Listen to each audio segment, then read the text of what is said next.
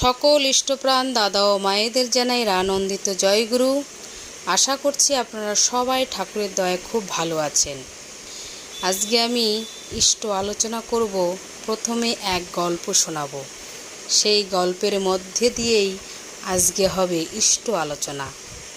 সেটা হচ্ছে ব্রহ্মচর্য ও কালবাদুরের গল্প। হিমালয়ের পাদদেশে একজন সাধক বহু বৎসর যাবৎ ঈশ্বর সাধনায় ধ্যানরত ছিলেন। লোকমুখে প্রচার ছিল সেই সাধু এমন একটি মন্ত্র প্রাপ্ত করেছেন যা ধ্যান করলে খুব শীঘ্রই সিদ্ধি লাভ সম্ভব। সে কথা শুনে একজন গ্রামবাসী সেই সাধুর চরণে গিয়ে পৌঁছায়। সাধুর নিকট কাতরভাবে প্রার্থনা জানাতে থাকেন সিদ্ধি লাভে সেই মন্ত্র দানের জন্য।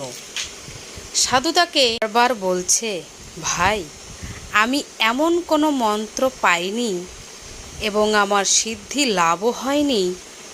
তুমি মিথ্যা গুজবে বিভ্রান্ত হয়ে আমার কাছে এসেছো। তুমি বাড়ি গিয়ে কোনো সদ্গুরুর সন্ধান করো। কিন্তু সেই গ্রামবাসী কোনোভাবেই ক্ষান্ত হচ্ছেন না। সাধু যতই তাকে না করছে ততই সে আরও পা জড়িয়ে ধরছে। সাধু ভীষণ বিরক্ত বোধ করতে লাগলেন আর তার ধ্যান বিঘ্ন হচ্ছে। শেষে তিনি বিরক্ত হয়েই সেই নাছোড়বান্দা লোকটির কাছ থেকে মুক্তি পাওয়ার জন্য বললেন, ঠিক আছে, আমি তোমার সেই মন্ত্র দিচ্ছি, উঠে বসো। সেই লোকটি হাত জোর করে সাধুর সামনে বসল। সাধু তাকে বলল, সেই সিদ্ধি লাভকারী মন্ত্রটি হলো ওম। তুমি প্রতিদিন সকাল সন্ধ্যা এই মন্ত্র জপ করবে, কিন্তু সাবধান, ধ্যান করার সময় কোনোভাবেই যেন কালবাদুরের কথা তোমার মনে না আসে। কালবাদুরের কথা ভেবেছ কি? তোমার ধ্যান বিফল হয়ে যাবে। মন্ত্রপ্রাপ্ত এই লোকটি হাত জোর করে বলল, আজ্ঞে গুরুদেব, আপনি নিশ্চিত থাকুন, কালবাদুরের কথা আমি কোনোভাবেই মনে আসতে দেব না। বাড়িতে এসে সেই লোক সকাল সন্ধ্যা ধ্যান করতে বসে। ধ্যানে বসার আগে দরজার জানালা বন্ধ করে দেয়, যাতে কোনোভাবেই কালবাদুরের শব্দ কানে না আসে। আর ধ্যানে বসেই মন্ত্র জপ করতে করতে স্তম্ভ হয়ে ভাবতে থাকে, কালবাদুর যেন কোনোভাবেই তার মনে না আসে। একটু পর দেখা গেল সে মন্ত্র জপ বন্ধ করে শুধু কালবাদুরেরই কথা ভাবছে। এই বুঝি কালবাদুরটি ঘরের চালে এসে বসল। এই বুঝি ঘরের কাছে দিয়ে উড়ে চলে গেল। এই বুঝি কালবাদুর তার মাথার উপরে চড়ে এলো। সে যতই কালবাদুরের কথা ভুলে থাকতে চায়, ততই সে আরও বেশি সেই প্রাণীটির কথা ভাবতে লাগলো। সে অধিষ্ঠিত হয়ে উঠল। পাগল হয়ে যাওয়ার মতো অবস্থা। শেষে ধ্যানটা বন্ধ করে আবার আগের মতো সংসারে মন দিল। ঠিক এই অবস্থায় হয় যখন আমরা কোনো প্রবৃত্তিকে জোর করে চাপা দিয়ে অবসান করতে চাই। যতই চাপা দিতে চাই, ততই সে প্রকৃতি সত্ত্বগুণ প্রবল হয়ে আমার মন মস্তিষ্কের অবশ করে দেয়, নিতর অবস্থায় পরিণত হয়ে যায়। অথবা কিছুদিন জোর করে চাপা দিয়ে রাখার পর হঠাৎ একদিন আগ্নেয়গিরির অগ্নুপাতের মতো বেরিয়ে এসে সব ছারখার করে দেয়, মস্তিষ্কে বিকৃত ঘটায়, স্বাভাবিক সুন্দর জীবনযাপন অসম্ভব হয়ে ওঠে।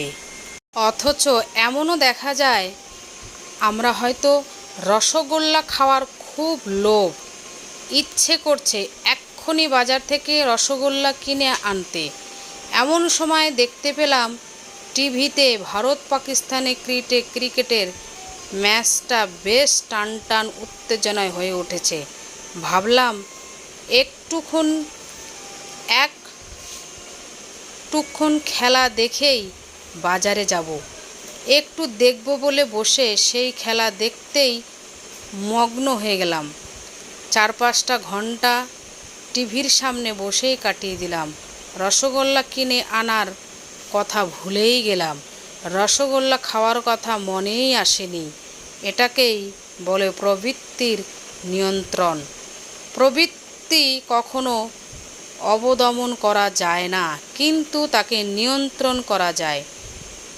ইষ্টের প্রতি আমরা সক্রিয় ভালোবাসার টান আকর্ষণ যতই বেড়ে ওঠে, ততই আমরা মন ও চেতন বৃত্তি প্রবৃত্তি থেকে সরে ইষ্টকে নিয়েই ব্যস্ত থাকে।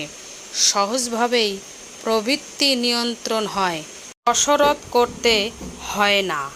আমাদের দেশের মুনি ঋষিগণ ব্রহ্মচর্য পালন করার কথা বলেছেন বারবার।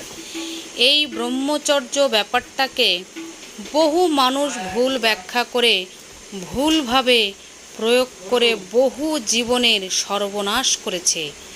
বহু যুবক এই ভুল ব্যাখ্যায় ফাঁদে পড়ে মস্তিষ্ক বিকৃতি শিকার হয়েছে। ব্রহ্মচর্য বলতে বহু মানুষের ভাবত নিজের কাম প্রবৃত্তিকে কঠোরভাবে অবমদন করে বীর্য ধারণ করা। এইভাবে কাম অবদমন করতে গিয়ে তাদের কালবাদুরের অবস্থা হয়েছে, নতুবা কিছুদিন পর আগ্নেয়গিরির অগ্নুপাতের মতো দুর্ঘটনা শিকার হয়েছে। অনেকেই মস্তিষ্ক বিকৃতির ভোগতে শুরু করেছে। শ্রী ঠাকুর এসে আমাদের এই ভ্রান্তি দূর করে দিলেন। তিনি বললেন, ব্রহ্মচর্য পালন করা মানে ব্রহ্ম বিচরণ করা, অর্থাৎ ব্রহ্মের জীবন্ত রক্ত মাংসের রূপ যিনি, সেই পরম পুরুষের আশ্রয় নিয়ে সক্রিয় ভালোবাসা ও অনুরক্তির মাধ্যমে নিরন্তর তাকে যুক্ত থাকা। তখনই ভারত পাকিস্তান ক্রিকেট ম্যাচ দেখার মতো অবস্থা হয়। তাতে যতই মগ্ন হই, ততই বৃত্তি প্রবৃত্তির উপরে আমি আরোহণ করি। বৃত্তি প্রবৃত্তির অবদমিত হয় না, আমার নিয়ন্ত্রণাধীন হয়। ব্রেকবিহীন গাড়িতে তখন ব্রেক লেগে যায়। আমি ইচ্ছে করলেই ব্রেক কষে যখন খুশি থেমে যেতে পারি, ইচ্ছে করলেই গাড়ি চালাতে পারি। আমি গাড়ি চালাতে শিখে যাই তখন, গাড়ি আমায় চালায় না। একেই বৃত্তি নিয়ন্ত্রণ বলে। আমাদের শাস্ত্রে ব্রহ্মচারীদের জন্য আরেকটি কথা প্রচলিত আছে, বিন্দু ধারণ। এতদিন আমরা এই বিন্দু ধারণ বলতে বুঝতাম বীর্যের বিন্দু ধারণ, যাতে একে ফোঁটাও বীর্য নষ্ট না হয়, সেই প্রচেষ্টা করা। আর তার জন্য কত কঠিন কসরত আর প্রচেষ্টা। শেষে দেখা গেল স্বপ্নদোষ রোগে আক্রান্ত হয়ে কবিরাজের বাড়ি দৌড়াচ্ছে। শ্রী ঠাকুর বললেন, বিন্দু ধারণ মানে এক কেন্দ্রীভূত হওয়া। এই হলো শ্রী ঠাকুরের সকল কথার মূল কথা। এক আদর্শে কেন্দ্রীভূত হলে তখন আর বীর্য ধারণের জন্য কঠোর কসরত করতে হয় না, মনের অজান্তেই সহজভাবে তা হয়ে ওঠে। জয় গুরু।